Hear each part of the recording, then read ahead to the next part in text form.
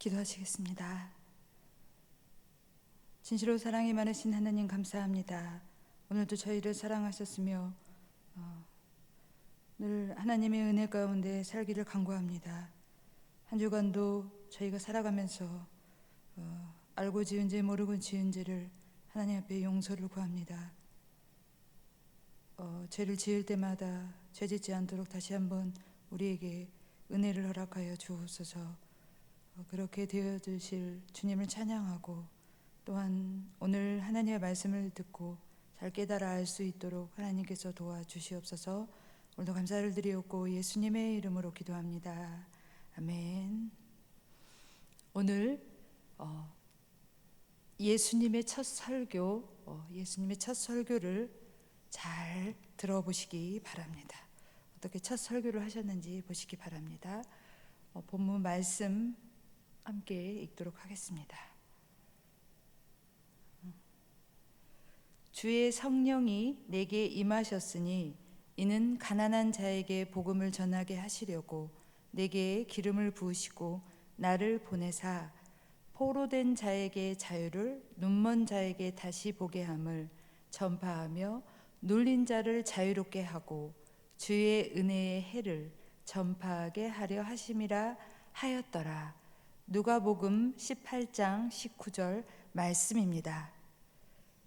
자, 이곳은 나사렛에 있는 유대인들이 모이는 회당입니다. 회당은 유대인들이 모여서 하나님의 말씀을 듣던 곳입니다. 안식일이 되자 예수님은 회당으로 오셨습니다. 그리고 성경을 읽기 위해서 사람들 앞에서 말씀을 읽으셨습니다. 그리고 따라서 말씀을 읽으신 후 예수님은 이렇게 사람들을 둘러보셨습니다. 사람들은 예수님이 무슨 말씀을 하실까 하고 궁금해하며 예수님을 찬찬히 바라보았습니다. 예수님은 말씀하셨습니다. 이 성경이 너희 귀에 응하였느니라 라고 말씀하셨습니다. 이 말은 이사야 말씀의 구원자라는 이야기입니다.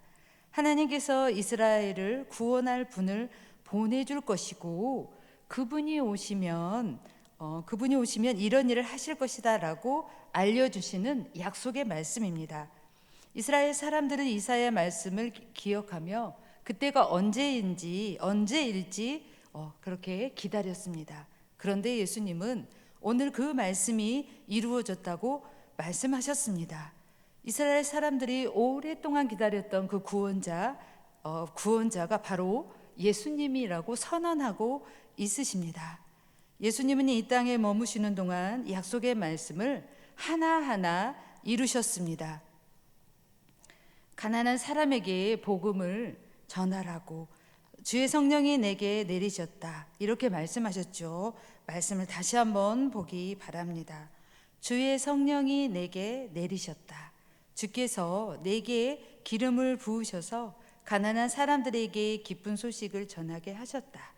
주께서 나를 보내셔서 포로된 사람에게 자유를, 눈먼 사람들에게 다시 보게 함을 선포하고 억눌린 사람들을 풀어주고 주의 은혜의 해를 선포하게 하셨다. 누가복음 4장 18절에서 19절 말씀입니다.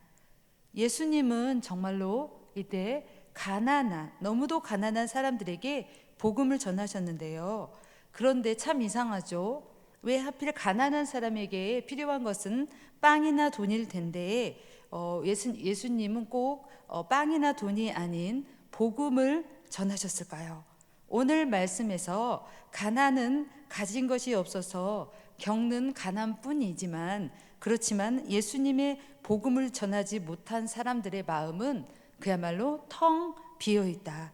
그들의 마음은 음식이나 돈으로는 결코 채울 수 없다. 오직 예수님이 주신 말씀으로만 우리의 마음을 채울 수 있다. 이때 예수님에게 다가온 사람들은 정말로 가난한 사람들이었어요. 그리고 그들에게 가장 필요한 것, 그거는 바로 하나님의 말씀과 사랑을 전하셨습니다. 예수님을 만난 사람들은 풍성한 그 하나님의 예수님의 그 사랑으로 우리의 마음이 가득 채워졌답니다. 예수님은 상한 마음으로 구원자를 간절히 기다려온 사람들에게 구원의 기쁜 소식을 전해 주셨다는 것을 알게 되었습니다.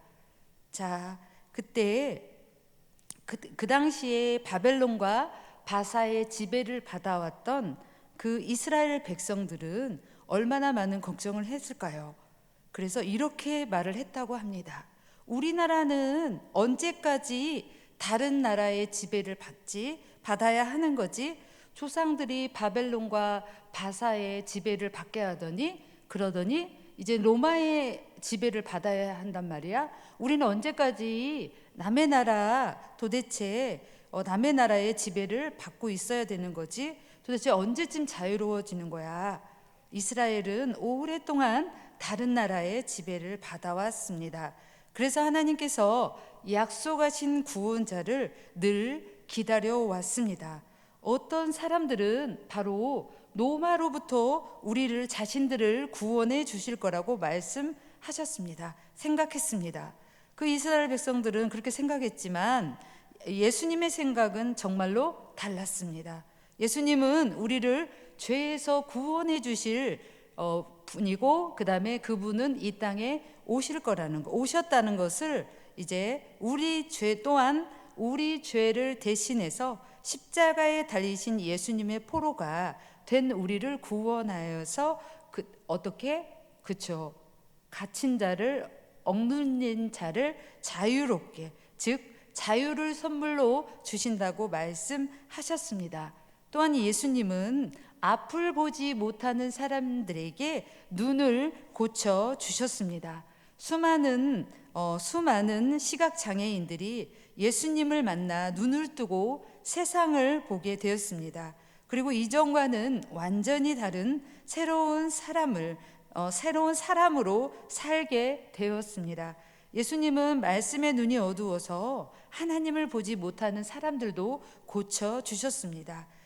어쩌면 그 예수님을 믿지 않던 삶과 예수님을 믿고 나서 그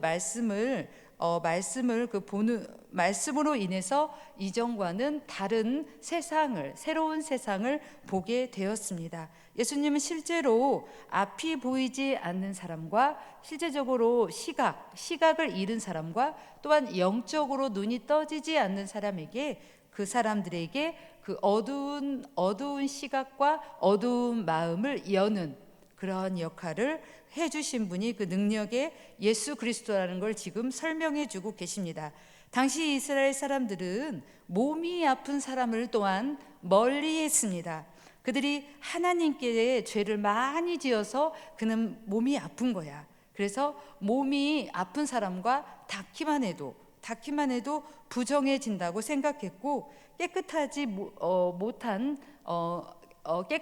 못한 공간에 있다는 걸로 그 사람을 알게 되는 겁니다. 그래서 병에 걸린 사람들이 몸이 너무너무 괴로운데 저 사람에게 부정한 죄인이라고 이렇게 손가락질을 하니까 아픈 사람은 움츠려들 수밖에 없습니다.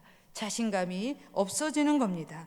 예수님은 이처럼 눌린 사람에게 찾아오셔서 내 죄를 사하노라, 내가 구원받았다 하고 말씀하셨습니다. 그리고 그들을 병을 고치시고 병으로부터 자유롭게 해 주셨습니다.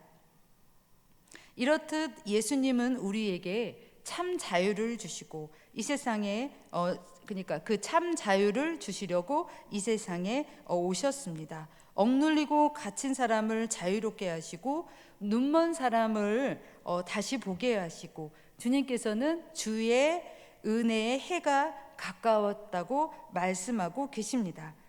예수님이 이 모든 고통에서 건져내실 때 구원의 때를 그 주의 은혜의 해라고 오늘 말씀에서처럼 말씀하고 계십니다. 하나님께서 누구든지 예수님을 믿으면 구원을 받아 자유를 얻게 되고, 이 깊은 소식은 하나님이 구원자로 이 땅에 오신 때부터 시작해서 오늘 우리에게 계속 말씀해 주시는 거랍니다. 예수님은 약속의 말씀대로 복음을 또한 선포하셨습니다. 또한 가난한 사람에게 복음을, 포로된 자에게 자유를, 눈먼 사람에게 다시 보게 함을, 이렇게 그래서 자유를 주고, 그 포로된 사람들에게 자유를 주고, 이것을 또한 주의 은혜의 해라고 전파할 사람이 바로 자신 예수 그리스도라는 것을 알려주셨습니다. 이를 믿는 사람은 구원을 받고 참 자유와 기쁨을 얻을 수 있다고 말씀하십니다. 약속의 말씀대로 우리를 죄와 고통으로부터 구원하실 분은 예수님 뿐이라는 것을 기억하시기 바랍니다. 하나님께서 우리에게 주신 약속을 지키기, 이루기 위해서 이 땅에 오셨고, 지금도 구원을 이루고 계시는 예수님을 믿으면서 감사하기를 바랍니다. 기도하겠습니다. 사랑과 은혜가 충만하신 여호와 하나님, 감사합니다. 우리에게, 가난한 자에게 복음을 전하고, 그리고 포로된 자에게 자유를, 눈먼 자에게 다시 보게 하심을, 눌린 자를 자유롭게 하라고, 그때가 주의 은혜의 해라고 말씀하신 말씀을 듣고 예수 그리스도의 말씀에 아버지 은혜를 받아 오늘 하나님의 말씀을 듣게 하셔서 감사합니다. 우리가 정말로 살아도 우리가 주를 위해, 죽어도 주를 위해 살겠노라고 늘상 우리가 정말로 기도하고 더욱더 애쓰지만, 그렇게 쉽지 않은 상황에서 우리가 살아가는 길이 얼마나 예수 그리스도도 힘드셨을까, 그 사역의 기간 동안 얼마나 쉽지 않았다는 것을 우리가 말씀을 통해 또한 알게 되었습니다. 우리가 말씀으로 들리고, 또한 그 말씀이 가슴에 새겨져서 그 말씀이 생명의 말씀이 되어 우리가 행동하고 실천하는 데까지 꼭 이룰 수 있도록 그렇게 도와주시기를 간절히 바라고 소원합니다. 하나님, 꼭 그렇게 도와주시옵소서. 오늘도 감사를 드리었고 예수님의 이름으로 기도합니다. 아멘. 우리가 이렇게 하나님의 말씀을 듣고 주님의 은혜의 해라는 그 말씀으로 우리가 힘들고 어려운 상황을 지나고 있습니다. 그런데 그 말씀을 들으면서도 그 말씀은 말씀에 불과하지, 그건 성경에 있는 말씀이야 라고 생각을 한다면 그 말씀은 절대 우리 마음의 생명의 말씀이 되기가 어렵습니다. 그렇지만 그 말씀을 붙들고 기도하고 또한 더욱더 하나님 앞에 나아가기를 소망한다면, 그렇다면 꼭 말씀의, 생명의 말씀을 유한 삼고 주인 삼아서 살아가는 한 주가 되기를 소망합니다.